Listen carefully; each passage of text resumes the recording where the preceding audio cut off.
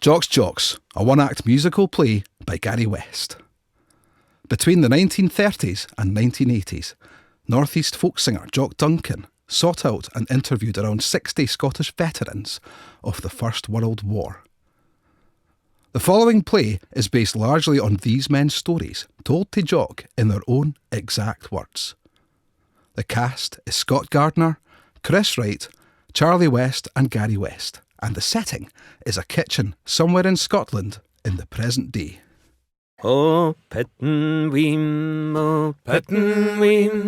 she's every fisher laddie's dream. She guts the herring down by the quay and saves her kisses just for me. Good stuff. Good song, that. Nice sign of the young lad yet, nicht? Right enough. He'll maybe appear yet. Anyway, guess another song. Oh, hey, getting worked hard today. There you are, aye. What do you want to hear? Bothy Ballad. Okay. What about McGinty's? Aye. Okay, if you join in. Aye. Right. I'll join in, aye. Go for it. No, this is nae a song of love, nor yet a song of money. Faith, it's naething very pitiful, it's naething very funny. For there's Hieland Scotch and Lowland Scotch and butterscotch and honey. If there's none of them for there's a mixture of the three. And there's nae a word of beef, brose, sow and sauty bannocks, none are pancakes, peas, eggs, for them with dainty stomachs. It's a' aboot the meal and ale that happened at Balmonac's, McGinty's meal and ale, where the pig get on the spree. They were howling in the kitchen like a caravan of tinkies, aye, and some were playing ping-pong and tiddly-widdly-winkies. For up the how and down the how, you never saw such jinkies as McGinty's meal and ale, for the pig get on the spree. Now McGinty's pig had broken loose and won her to the lobby, where he open shoved the pantry door and come upon the toddy. And he took kindly to the stuff like ony human body at McGinty's meal and ale, for the pig get on the spree. Miss McGinty, she can bend the hoose, the road was dark and crooked. She get heels to her gownie out of the pig, for it she never looked. And she let out a skirl that would have paralysed a chucket at McGinty's meal and ale, for the pig get on the spree. They were howling in the kitchen like a caravan of tinkies, aye, and some were playing ping-pong and tiddly-widdly-winkies. For up the how and down the how, you never saw such jinkies as McGinty's meal and ale, for the pig get on the spree. We'd better leave it there, boys. That's the gaffer arrived now. Gentlemen, how are we? Not bad, about time. Didn't think you weren't coming tonight. I couldn't miss an evening with you fine gentlemen, I could. No, you could not. Did not. So what's in your envelope? All will be revealed when you pour me a dram. A dram. You're sounding like one of us all, boys. Now you should be on, I don't know, cocktails or something. All right, let me just peruse your extensive offerings, barman. Let me see, I'll have a Tia Maria and Lucozade, thank you. You'll be getting milk if you don't watch your lip. Milk and a scalp in the pot. Come on now, though, a dram needs to be earned, boy. Give us a tune. Right, come on, give us a tune. Sorry, here.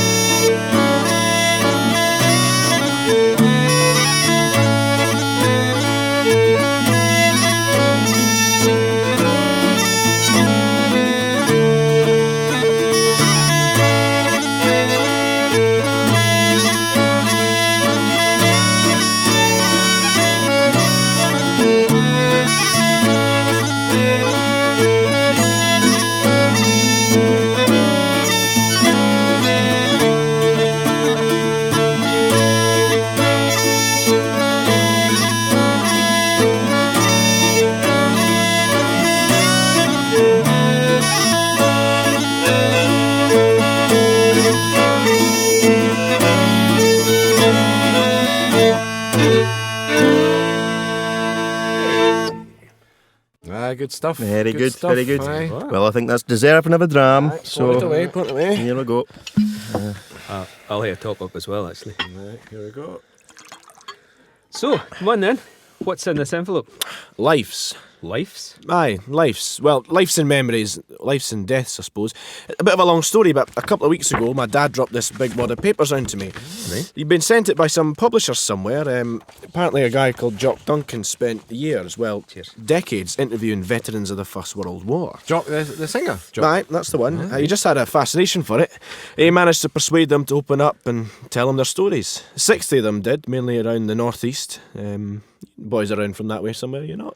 Well, not really. Perth's in my case. There's you boys are a wee bit further north and east, eh? Yeah. Dundee. Aye. Middle East. The Middle East. Aye. Wow. Aye, well, he got them recorded and he sat typing them all up. Wow. So how come they sent them to your dad? Well, because one of the men interviewed was my great-grandfather. They managed to trace my dad somehow and wanted to let him know it was being published. I thought you boys might be interested and maybe help with some of the dialect here. I can't really make some of it out. Aye, okay. Yeah. All right then. Well, let's have a wee look then. So, who was your great granddad? Which one was he in here? Alamy Hardy, Banff, enlisted, Aberdeen, age 16, 7th Gordon's 51st Division. Promoted as sergeant on the Somme by his major, who drew 3 stripes in the arm of his tunic with a blue pencil. Awarded military medal and wounded 4 times. Posted missing, presumed killed after the great German push of the 21st of March 1918, family informed. But survived and returned to take part in the 2nd Marne with the 51st near Reims. Oh, aye. Here he is. Alex McHardy, 7th Gordons. And he says, when we marched to join the Battle of the Somme, took 21 days. We fell out for 10 minutes every hour and stopped at a night, of course, sleeping just far we could. The cookhouse boilers keep it hot all the time. Aye ready to dish out the stew from the time came and oh by God, you were aye ready, I could tell you. The boilers were like the tarrions the roadmen kept, you can find.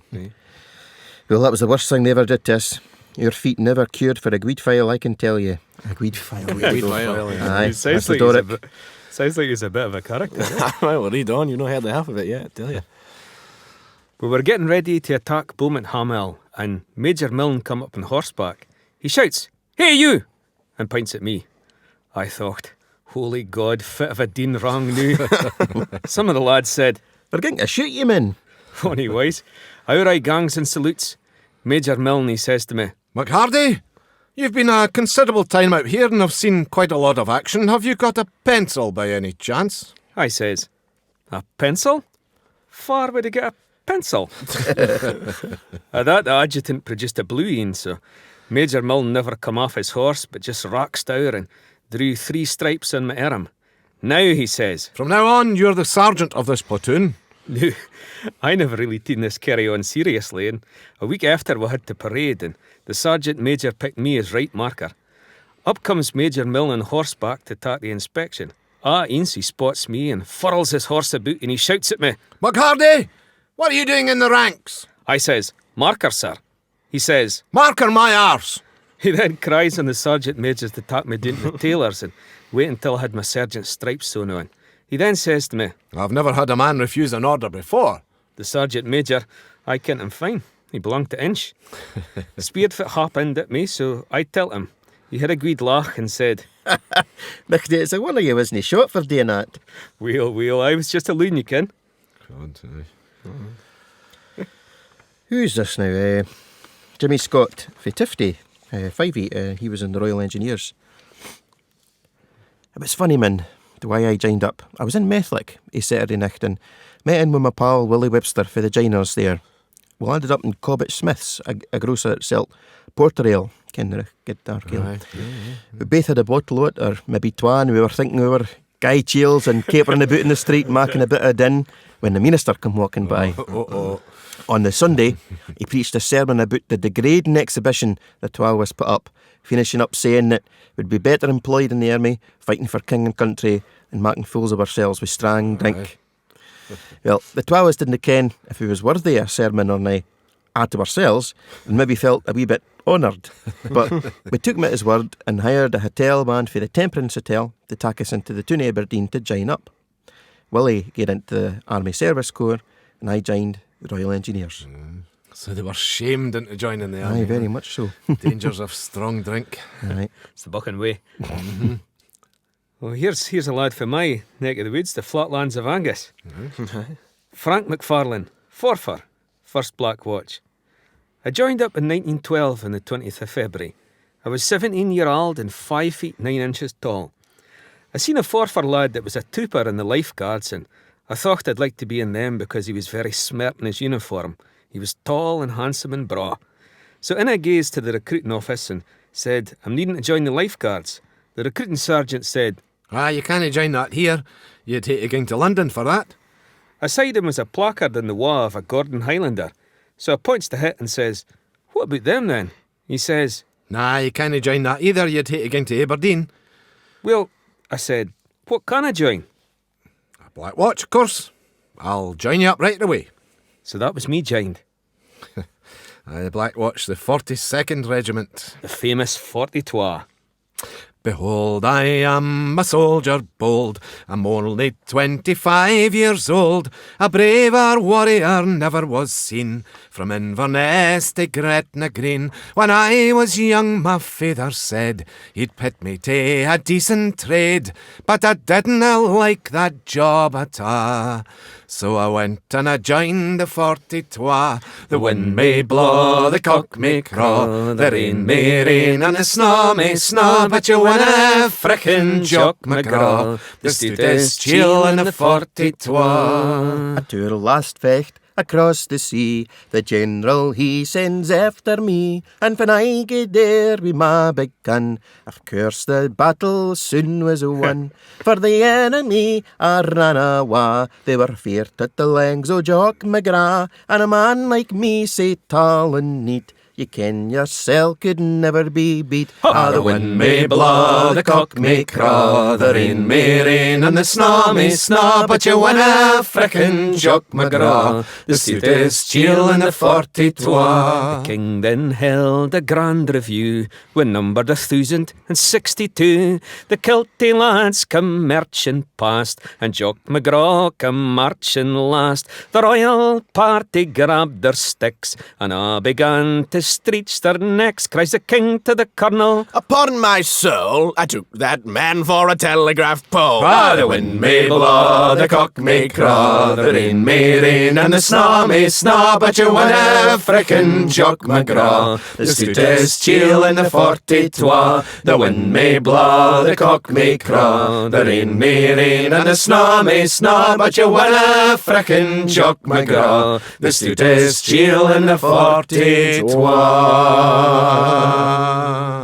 Aye, good stuff. I thought we might run out, so I bought another bottle. You've got another wee bottle. Very Good good. man. So I'm in a wee top up there. Would you want a Top up wee? would be Yeah, fine. top up would be Aye. Let's have a look there. Fire Let's in. stop yourself. Now, there's a big section here about Gallipoli. See, I mind doing that in school, but I thought it was mainly the Australians and the New Zealanders that fought there. Aye, the Anzacs, aye, they were there all right. There was plenty of Jocks there too as well, you ken. 87th Brigade, 1st King's Own Scottish Borderers. 88th Brigade, 5th Royal Scots. 52nd Lowland Division, 155 Brigade, 4th Royal Scots Fusiliers. 5th Royal Scots Fusiliers! 4th King's Own Scottish Borderers. 5th King's Own Scottish Borderers. 156 Brigade, 4th Royal Scots. 7th Royal Scots! 7th Scottish Rifles. 8th Scottish Rifles. 157 Brigade, 5th Highland Light Infantry. 6th Highland Light Infantry! 7th Highland Light Infantry. 5th Argyll and Sutherland Highlanders. 2nd Mounted Division, 1st Scottish Horse. 2nd Scottish Horse! 3rd Scottish Horse. Right, I'm going to try reading these in this accent you boys are putting on. Let's have a look here. Okay. Right, hold on. Turn to page 47 here. Let's have a look. 47, okay. All right. Right, here we go. Jim Smith, Royal Field Artillery, 29th Division. Aye, that's good so far.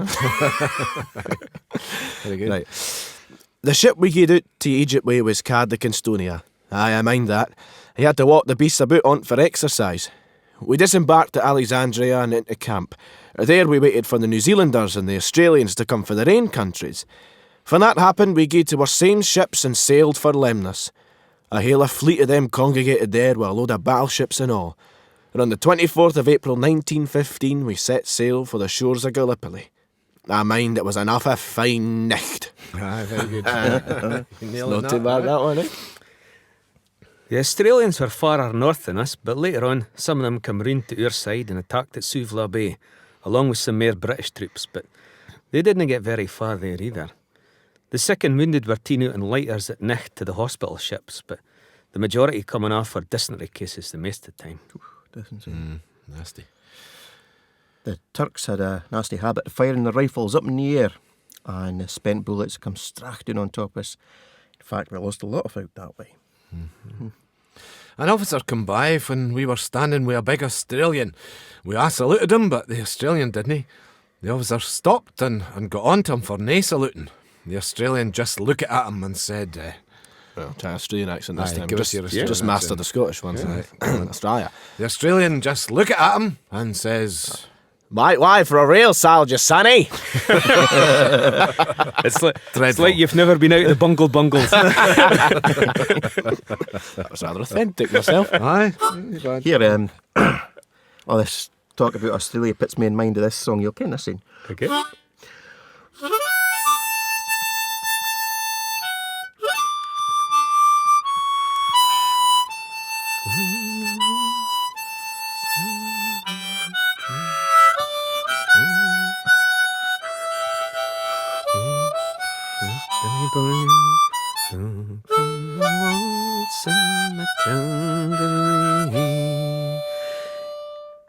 In's a jolly swagman camped by a billabong in a low the shade o' a coolabah tree, and he sang as he watched and he waited till his billy boiled. Welcome a waltzing Matilda with me, waltzing Matilda, waltzing Matilda, who'll come a waltzing Matilda with me. And he sang as he watched and he waited till his billy boiled. Who'll come a waltzing Matilda with me. When I was a young man, I carried my pack and lived the free life of a rover. From the Murray's Green Basin to the dusty outback, I waltzed my Matilda all over. Then, in 1915, my country said, "Son, it's time to stop rambling. There's work to be done." So they gave me a tin hat and they gave me a gun and they marched me away to the war. And The band played Waltzing Matilda. As the ship pulled away for the quay, and amidst all the cheers, flag waving and tears, we set sail for Gallipoli. How well I remember that terrible day when our blood stained the sand and the water, and of how in the hell that they called Suvla Bay we were butchered like lambs at the slaughter. Johnny Turk, he was ready. He'd primed himself well. He showered us with bullets and rained us with shell. In 5 minutes flat, he'd blown us out of hell. Nearly blew us right back to Australia. And the band played Waltzing Matilda. as we stopped to bury our slain. We buried ours and the Turks, they buried theirs. And we started all over again. Those who were living just try to survive in that grim world of death, blood and fire. For 10 weary weeks I kept myself alive, as the corpses around me piled higher. Then a big Turkish shell blew me arse overhead, and when I awoke in my hospital bed I saw what it had done. Christ, I wished I was dead. I never knew there were worse things than dying.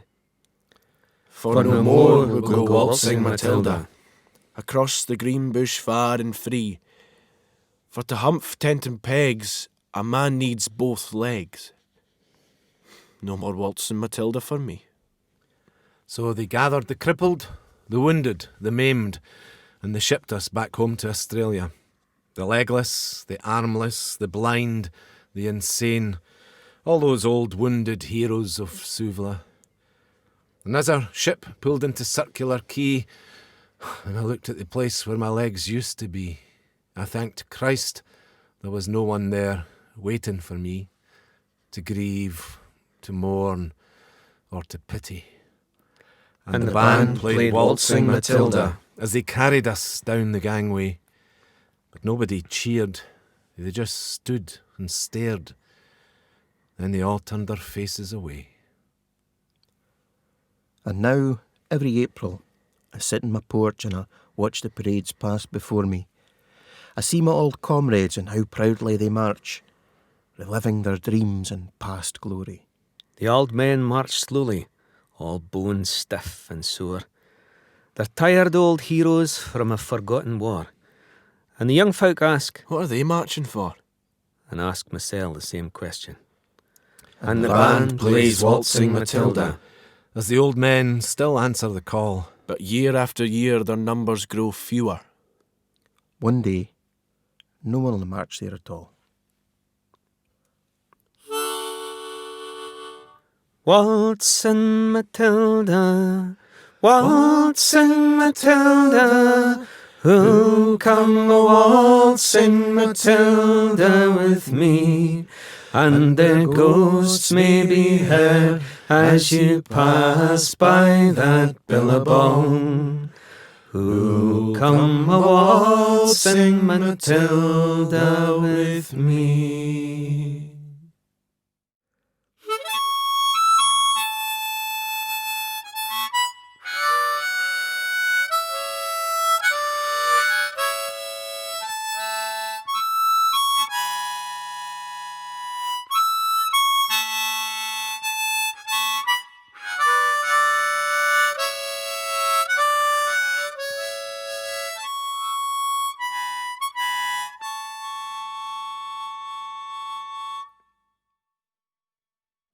When the German push started on the 21st of March 18, I was at the cook who seen to the rations. It was midday and the cook, he come for Bucky, said that the dinner would be ready in another half hour or so I just started a while back. I'd left Corporal Duncan in charge when the barrage started and by God it was bad. I just couldn't get forward to my company for as long as the shelling gaed on. When it slack in the bitty, I managed to reach to our trenches, or if it was left of them, to see that they were deserted. Our men must have pulled back when the barrage started. This left me on my own, so I come recht back and lost my way in the hellish shelling and landed up with the French that had been on our flank. I fought and retreated with them for a few days and then come on an English battalion. I speered at an officer if he kent for the 51st was. He said that he did, and if I cared to wait 2 days, I would get back with a wagon that was going down their way. You kinda got back to them and discovered that it had been posted missing, believed killed. And my folk had gotten word to that effect too. God. But then you see, I was our course to kill. Alec McCarty, there he is, 7th Gordon Highlanders. Our course to kill. That's brilliant. Great granddad was our course to kill. Just as well, eh? You wouldn't be here. Oh, right, hold on. Here's a section will be right up your street. My street. Alright, page 56. Right. Ah, pipers. Right. Very good. Where pipers played us on the march and even out the line when we gaed back a bit. On a lang march where heads was up and we were swinging a wall fine, but when they stop at playing we just slouched down richt a wall fair tired out. The pipes brocht you to life. Aye, Christ it help it. That was Peter Begray, 7th Cameron Highlanders. Our pipers were up the line, miss, most of the time. I've seen in many a time playing us into the attack. They've volunteered to gang, you see, says Jamesville fi Cockburn, the 5th Gordons. That puts me in mind Daft Dunnell. You'll ken that song, surely. Daft Dunnell? No, Aye, Daft Dunnell. Piper Hyper. That's the one, yeah. Gaze a You'll blaster. ken that in. All right, we'll have to say. Oh, it's a great song. We'll pick it up maybe. Right, here we go. Dunnell was a piper, a 14-18 piper. Hyper, heeper, ho, para haddy. Left his heel in him, where he'd been a diker. Hochen, dochen, hechen, dochen, hechen, dochen, da. That's the Dundee Gaelic. Hochen, dochen, da. Dunnell gaed to war, the German for to slew man. Hyper, heeper, ho, para haddy. But he got surrendered just afore he knew man. Hochen, dochen, hechen, dochen, hechen, dochen, da. Well, Dunnell stayed out the pipes and gied off a blaman. Hyper, heeper, ho, para haddy. German Scots he scared at the var and a woman. Hochen, dochen, hechen, dochen, hechen, dochen, da. He-ma, he-ma, he-ma, he-ma, ha-me. Hi-para, ho, para, hardy. Edinburgh, Musselburgh, Aberdeen, hardy. Hochen, dochen, hichen, dochen, da. Old Donald's got shot in a place I canna say, man. Hi-para, ho, para, hardy. The chanter's got an extra hole, the bag blew a woman. Hochen, dochen, hichen, dochen, da. Well, the cat for a stretcher to the hospital, lifting him. Hi-para, ho, para, hardy. They put him in a bed, and the cat for a doctor. Hochen, dochen, hichen, dochen, da. Well, Donald's home again, knew the war is ended. Hi-para, ho, para, hardy. He'll play for you a tune when he gets his pipes mended. Hochen, dochen, hichen, dochen, da. Oh, he-ma, he-ma, he-ma, he-ma, ha-me. Hi-para, ho, para, hardy. Edinburgh, Musselburgh, Aberdeen, hardy. Hochen, dochen, hichen, dochen, da. What do you think about that? No. Extra hole in the chat. Very good, very good. Let's have a look. It's at the bottom of the page here. I also knew Pipe Major Willie McLean of the Camerons and Pipe Major John McCall. I also met Willie Centre and John MacDonald of Inverness after the war. That was Piper Donald MacLeod, 4th Black Watch. The maist of the 2nd Gordon's pipers were killed at Lewes, my brother Robin among them. Colonel Stansfield and him were hit with the same shell. Robin was a regular, you ken, and was sergeant at the time. Piper Davy Stewart, New Deer, 2nd Gordons. Our pipe major was Geordie McLennan, a great player and character. I started lessons with him in the army on the chanter, and when he come to compete at Banff Games, I used to meet him off the train and match with him to join the games. Sergeant Alec Meldrum, 1st Gordons. In September 1917, at the 3rd Battle of Wipers, we piped our companies into battle, but we didn't get very far. There the mud became an enemy when the rains came. Among the pipers, I met some great characters in the various regiments. One of the greatest was Pipe Major Willie Laurie of the Argyll and Sutherland Highlanders. He was a fantastic player and composer. Sadly, he took that terrible killing flu just when the war ended and died. A sad loss to piping. He and my father were great friends. That was Piper MacLeod, 4th Black Watch again, but God, a lot of famous names in there, boy. Willie Laurie, Ballahooly, she composed probably the most famous tune of all from the Great War. I bet there's not a piper in the world can he play the Battle of the Somme.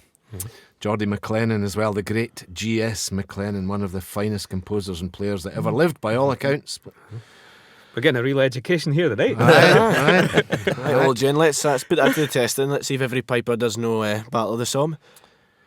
most pipers in the world can play Battle of the Somme. Time to earn your dram then, eh? Aye, okay. What's Let's give it a go here. Battle of the Somme, and then what's something from, what's his name? Geordie McLennan? G.S. McLennan, aye, well, we're spoilt for choice with him. We'll play one of his jigs. We'll think about it. Aye. Here we go.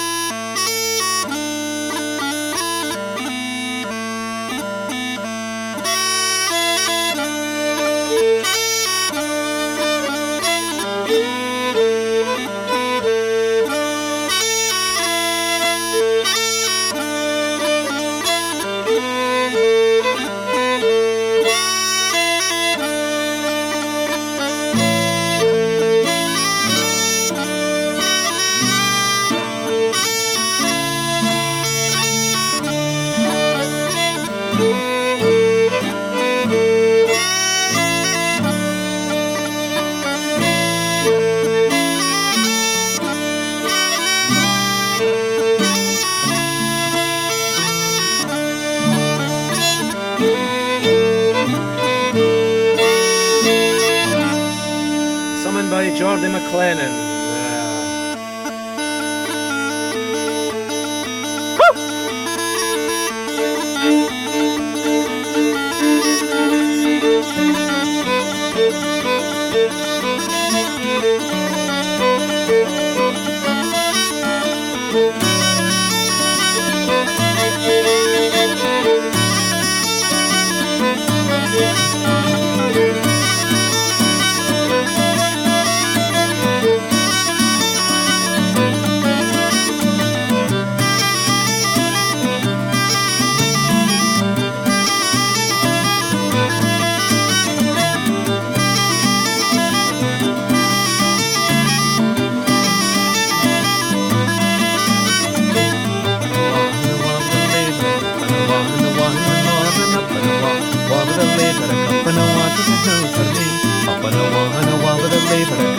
Up and a wah with a lever, up and a wah to the hill for me. Up and a wah with a lever, up and a wah in the morning. Up and a wah with a lever, up and a wah to the hill for me. Up and a wah with a lever, up and a wah in the morning. Up and a wah with a lever, up and a wah to the hills for me.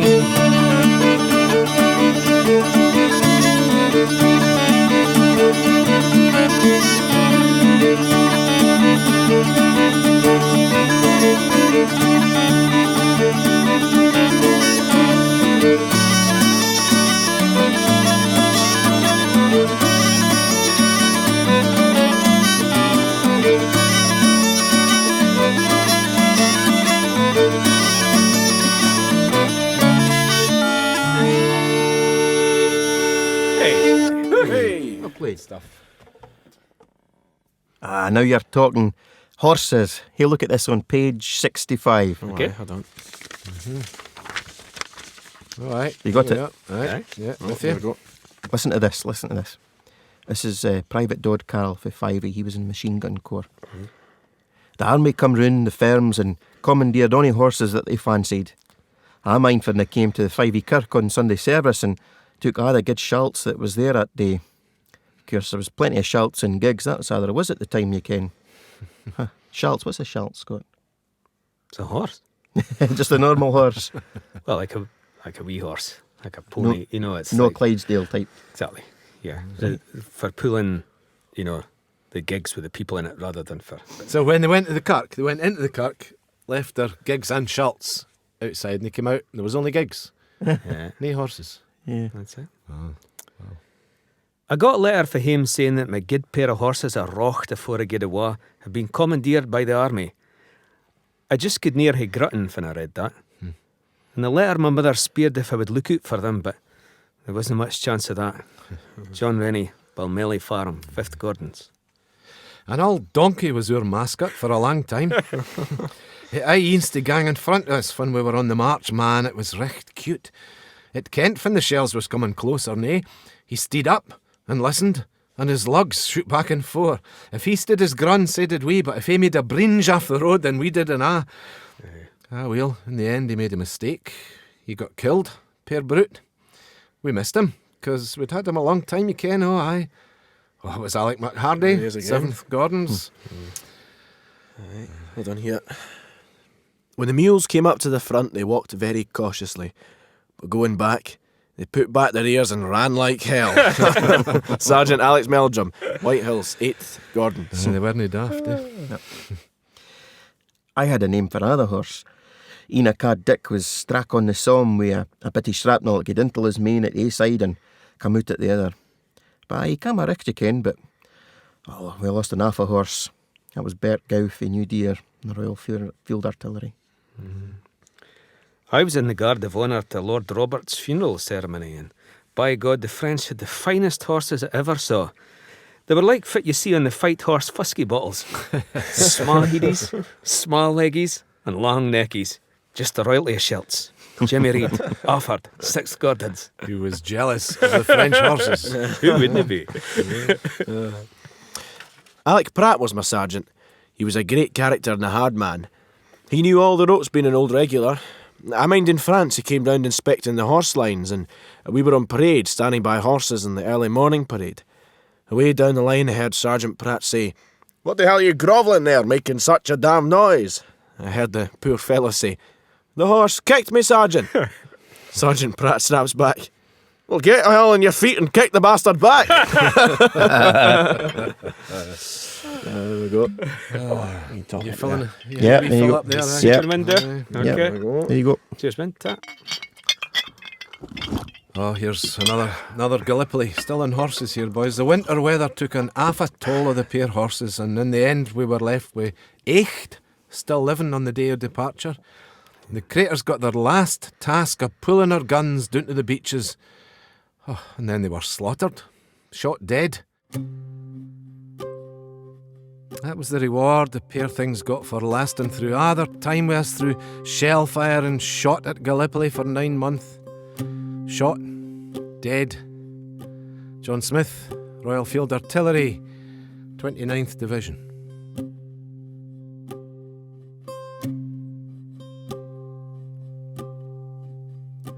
Have I worked on farms and frae the start the muckle horses won my head.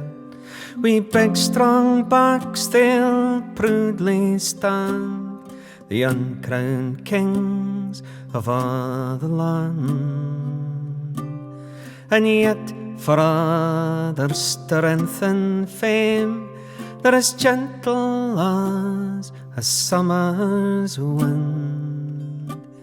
So steady, boys, walk on, our work is nearly done. No more we'll till or plough the fields, the horses' day is gone. And this will be our last trip home. So steady, boys, walk on.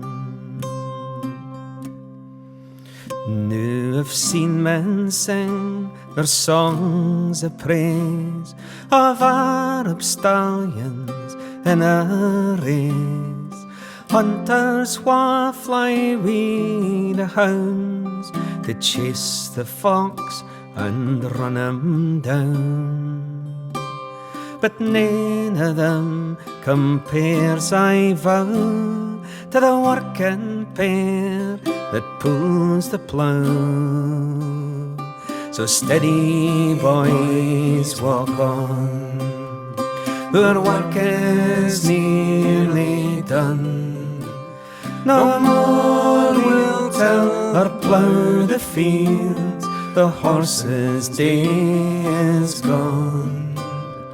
And this will be our last trip home. So steady, boys, walk on.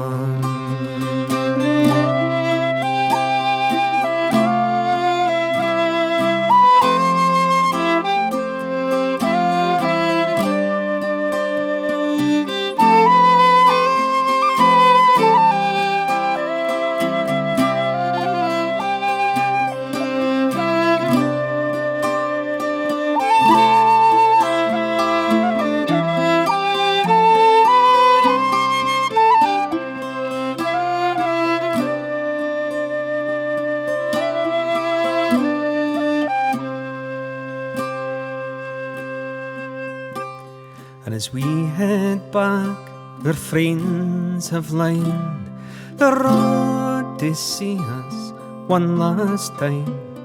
For none of them would want to miss the chance to see us pass like this. They'll say this all in years to come, the muckle horses' last trip home. So steady, boys, walk on, our work is nearly done. No more we'll till or plough the fields, the horses' day is gone. And this will be our last trip home. So steady, boys, walk on, our work is nearly done. No more we'll till or plough the fields, the horses' day is gone. And this will be our last trip home. So steady, boys, walk on.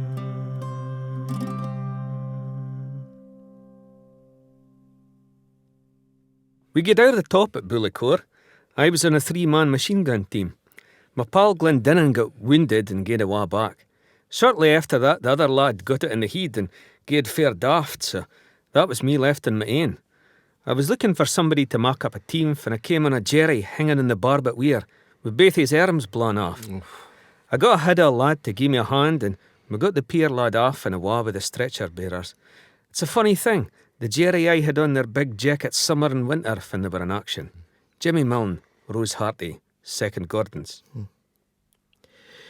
At the Battle of Third Wipers, we gaed over the top. and a lad frae Cummiston was with me, but he fell down dead afore we got very far. Another lad and me at eens seemed to be on our own. We'd gone further for it in the lave. Twa Germans raised up and gied themselves up, and the four of us just sat down in a shell hole and had a news as best we could. That was Albert Connan frae Tirra, the 5th Gordons. When we good out first at Mont St Elian in 1914 aside Anchor, there was only 3 graves in the kirkyard. They were airmen. And when we came back again the next year, I'll swear there was 6 acre o' graves. Jimmy Reid, Afford, 6 Gordons. I had a cousin in the Gordons blown to pieces. When I was on home on leave, I went up to see his mother in New Deer to offer my condolences. She showed me a photograph of his grave. I didn't say anything. Well, that's what makes me sad for the mothers. None of the dead were buried in real grave, but just on the battlefield. Alec Robertson, Carnorrie, 5th Gordons. 8 of us were sent to the machine gun corps for the Gordons to train awa down in England. Hardly ony come back. The lads from my area were Willie Horn for Tirra, he was killed. Jimmy Cow for Riney, and a lad Harper for Rothy were wounded, and I didn't think cured at Recht and died after the war. There was 7 Willies in a class at Woodhead Scale, including my own brother, well you ken. None of them come home for it. Dodgarl, Galahill, Gicht. I ain't skied 3 days without a kilt. We were out on a raid nicht to take prisoners, and Jerry Kent was on the go and opened up on us with machine guns. Well, I made a breach for cover and got stuck fast on the bird weir. I had to get out there quick, so I just loused off the kilt. Do you ken, I had to wait till our lads got killed before I got another yin. Sergeant Alec McHardy, by 7th Gordons. Your great granddad went bare arsed. In 1914 we came out to meet the Germans, in no man's land on Christmas Day. We got on great and swapped presents and fags and that. I gave a lad a tin of McConaughey's and he gave me a brown loaf, but I didn't care for it. Both sides took the opportunity to collect all the dead bodies and bury them. My, certainly that was nae picnic. Some were just bits and had to be collected into bags, and the stink beat hell. Jimmy Reid, Afford, 6th Gordons.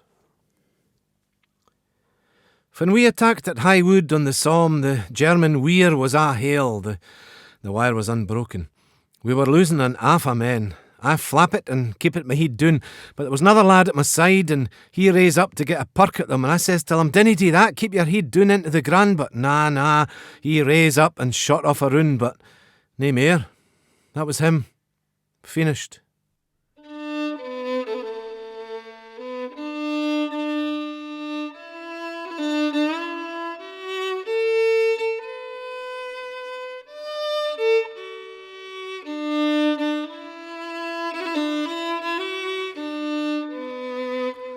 Now, after the war, I was doing a bit of courting of the lassie that's now my wife. 8 times she showed me the photograph of her brother that was killed in the war. I says, I ken far about this lad was killed. He was lying aside me at High Wood. John Rennie, Balmelly Farm, Tirra, 5th Gordons.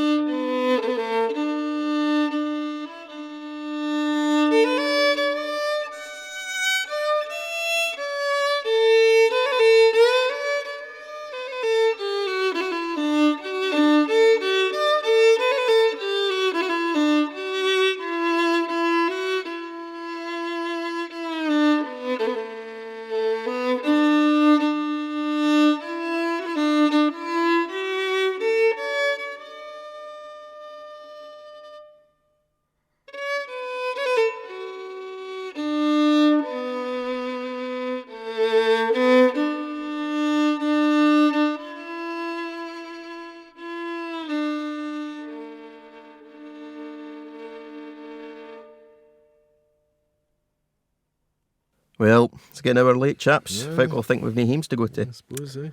It's not going to be easy sleeping after what this we've heard, though. No, I was thinking just the same thing myself. But I have to say, lad, that's a very precious thing you've got there, very precious indeed. And it was half a good of you to share it with us. It's not the evening I was expecting to hear, mind you, but... It's been nice getting to know your great-granddad a wee bit. I think I know where your Gallus Street comes I from. might try going 3 days out of kilt, see how it goes for me. No. No, please don't. Yeah, there's a lot of him and you, I'm thinking. Right. Gentlemen, a toast.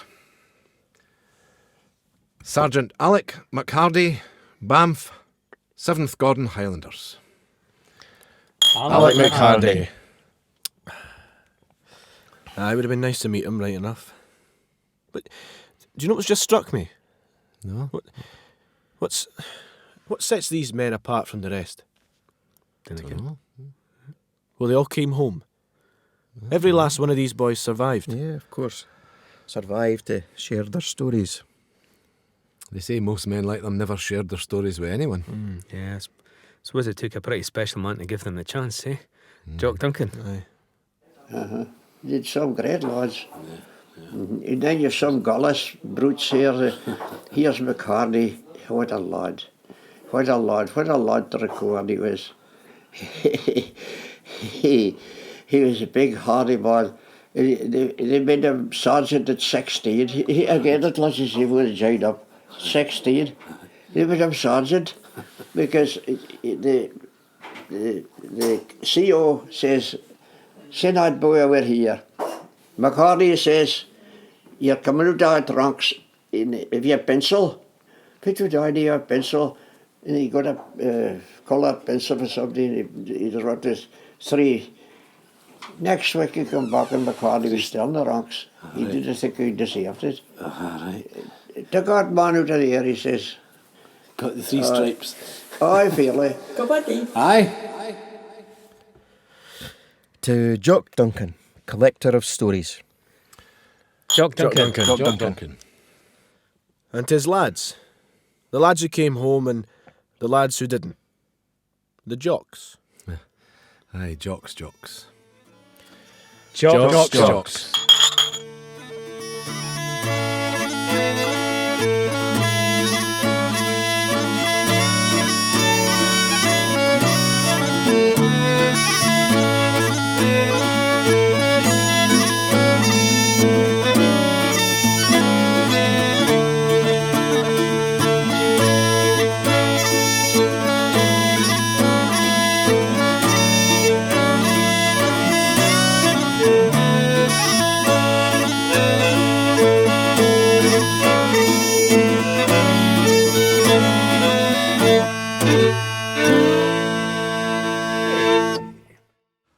Jocks was written by Gary West and performed by Scott Gardiner, Chris Wright, Charlie West and Gary West, and recorded by Richard Werner at B&B Studios, Edinburgh.